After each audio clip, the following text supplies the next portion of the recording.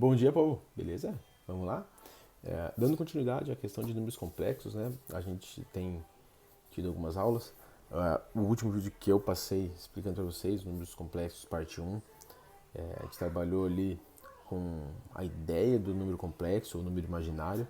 A gente trabalhou ali com a sua forma algébrica e com as operações que a gente tem dentro da forma algébrica.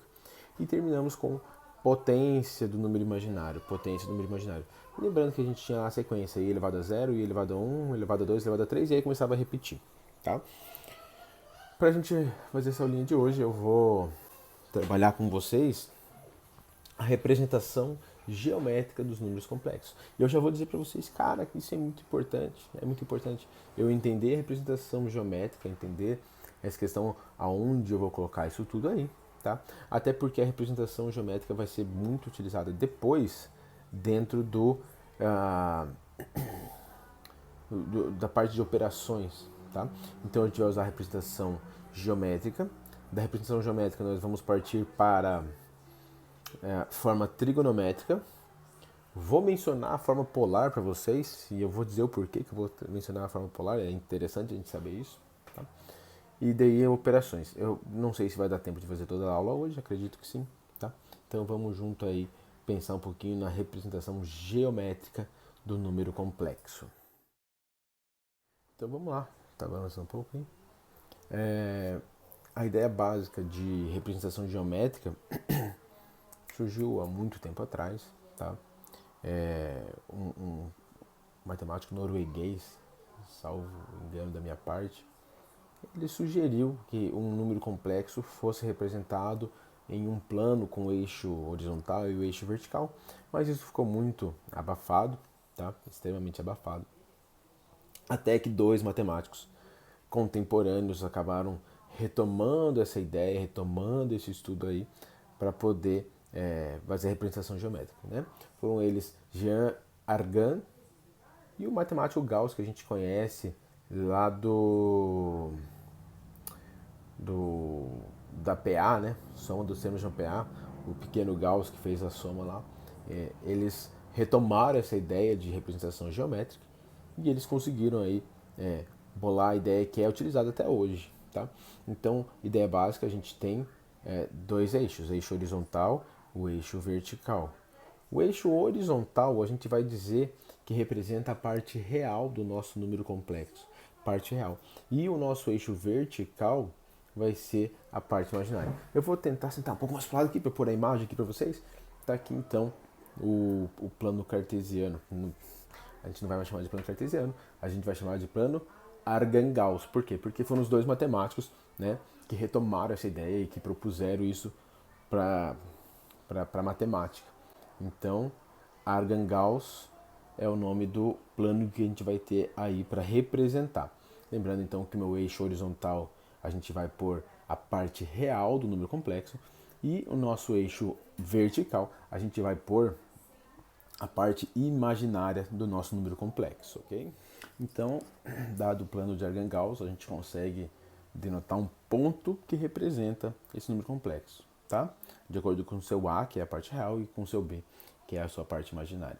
Esse ponto a gente chama de afixo do número complexo. Afixo do número complexo nada mais é do que a representação do ponto onde ele está no plano de Argan-Gauss, beleza? Dentro desse estudo de representação geométrica, a gente trabalha com a ideia de módulo do nosso número complexo. Módulo do número complexo. Se você está vendo um número complexo, está no terceiro ano, você vai associar essa parte de módulo com distância entre dois pontos. Por quê? Porque módulo nada mais é do que o tamanho do segmento que vai ter da origem do nosso plano até o nosso afixo, até o nosso ponto. Então, se eu posso representar ele de forma geométrica num plano de Argan-Gauss ou plano cartesiano, eu tenho um par ordenado AB, eu faço a distância entre o ponto AB até o ponto 00, que é a origem, né? Então, lembrando que a distância entre dois pontos, a gente vai ter lá distância entre dois pontos, distância entre ponto A e B é igual a raiz quadrada, abre parênteses, xa menos xb, fecha parênteses ao quadrado, mais, abre parênteses, ya menos yb, fecha parênteses ao quadrado. Tá? Eu entendi que fazer essa continha aí. Só que tem um porém. Desses dois pontos que eu estou fazendo para pegar o módulo, um deles é a origem, que é 0, 0. 0, 0. Então, quando eu faço A menos 0, sobra o A. Quando eu faço B menos 0, sobra o B. Então, quando eu quero saber o módulo de um número complexo, né, que é o tamanho daquele segmento da origem até o afixo, eu simplesmente faço raiz quadrada de A ao quadrado mais B ao quadrado. Acabou. Isso aí nada mais é do que o módulo do meu número complexo. Beleza? A gente vai usar essa questão do módulo daqui a pouquinho. É importante a gente saber o que ele representa, porque a hora que eu for aplicar lá na frente lá, vai ter uma visualização um pouquinho melhor. Beleza? Ainda falando do módulo rapidinho, esqueci de falar, citar para vocês. É a questão do seguinte,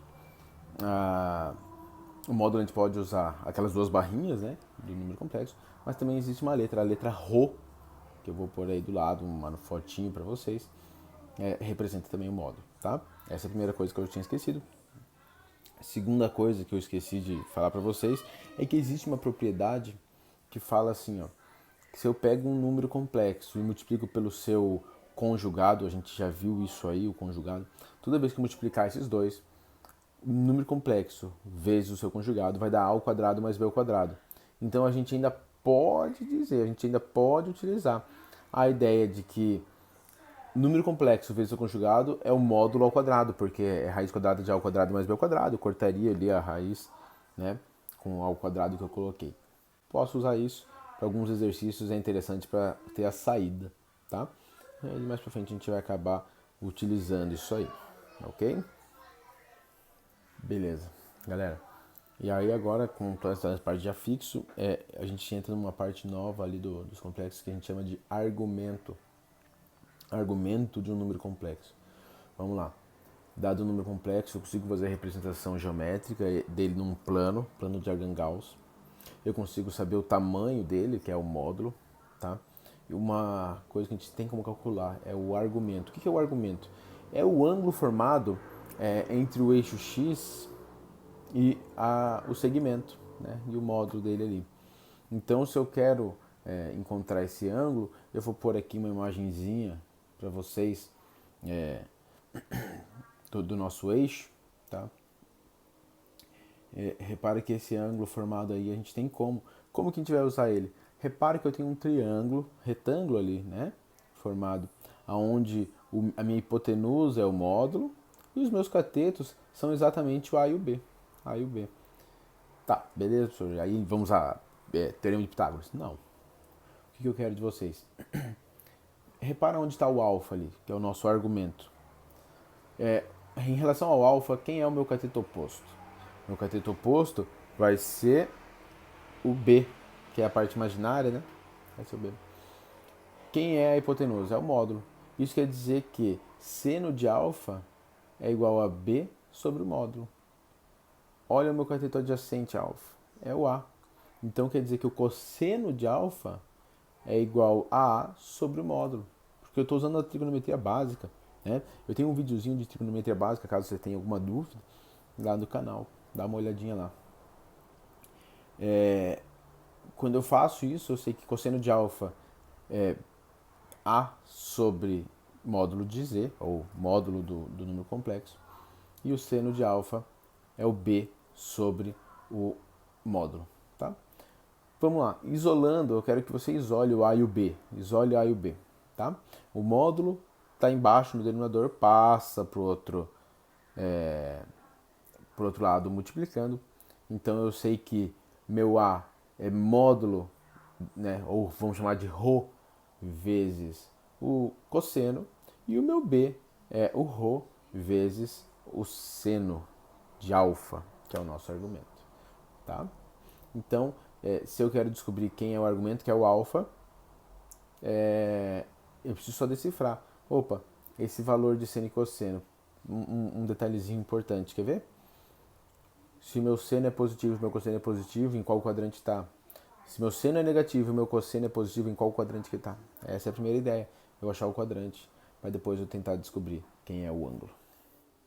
Então, a hora que eu consigo isolar o A e o B, como a gente estava fazendo ali, repare que eu posso pegar a forma algébrica e substituir meu A e meu B por aquilo que eu encontrei. Substituo meu A, né, pelo módulo vezes o cosseno de alfa, onde alfa foi meu argumento. Eu substituo o meu B por módulo vezes o seno de alfa, então eu vou ter ali módulo vezes seno vezes o i, que ainda estava lá. E eu posso pôr o meu módulo em evidência, porque eu tenho módulo nos dois termos. Se eu tenho módulo nos dois termos, colocando em evidência, eu vou ter exatamente isso aqui, ó. Aquela minha forma algébrica, quando eu faço a substituição, ela se transforma em ρ, que é o módulo, vezes cosseno de alfa, que é o argumento, mais i vezes o seno de alfa. I vezes o seno de alfa. Veja que o i que está ali, junto com o seno, tá? Fecha o parênteses ali. E essa forma de escrita do número complexo é exatamente a forma trigonométrica do número complexo. Importantíssima para algumas operações e algumas representações. A utilidade é muito grande, então eu preciso que você lembre, estou sendo bem claro, tá? Questão de vestibular. A forma trigonométrica vai ser útil demais para vocês, beleza? E aí agora vai um recadinho especial para você que vai tentar fazer o vestibular esse ano, vai se cuidar aqui na UFPR, tá? 2 anos atrás a UFPR colocou numa das suas questões abertas, né, a segunda fase da federal, uma questão de forma polar do nosso número complexo. O que é a forma polar? É escrito nesse formato. Repare que aparece o ρ, que é o módulo, e aparece o argumento ali dentro. Então, eu faço aquele trabalho que eu tive dentro da forma trigonométrica para achar o módulo e para achar o argumento, e eu substituo para usar essa forma aí, ó, tá? A questão ele pedia a forma polar, então eu vou deixar aqui do ladinho para vocês o formato que vai ser escrito, tá? Em especial porque vestibular a gente nunca sabe, ou a gente até tem uma ideia do que vai cair, tá? Então eu vou deixar aqui para vocês.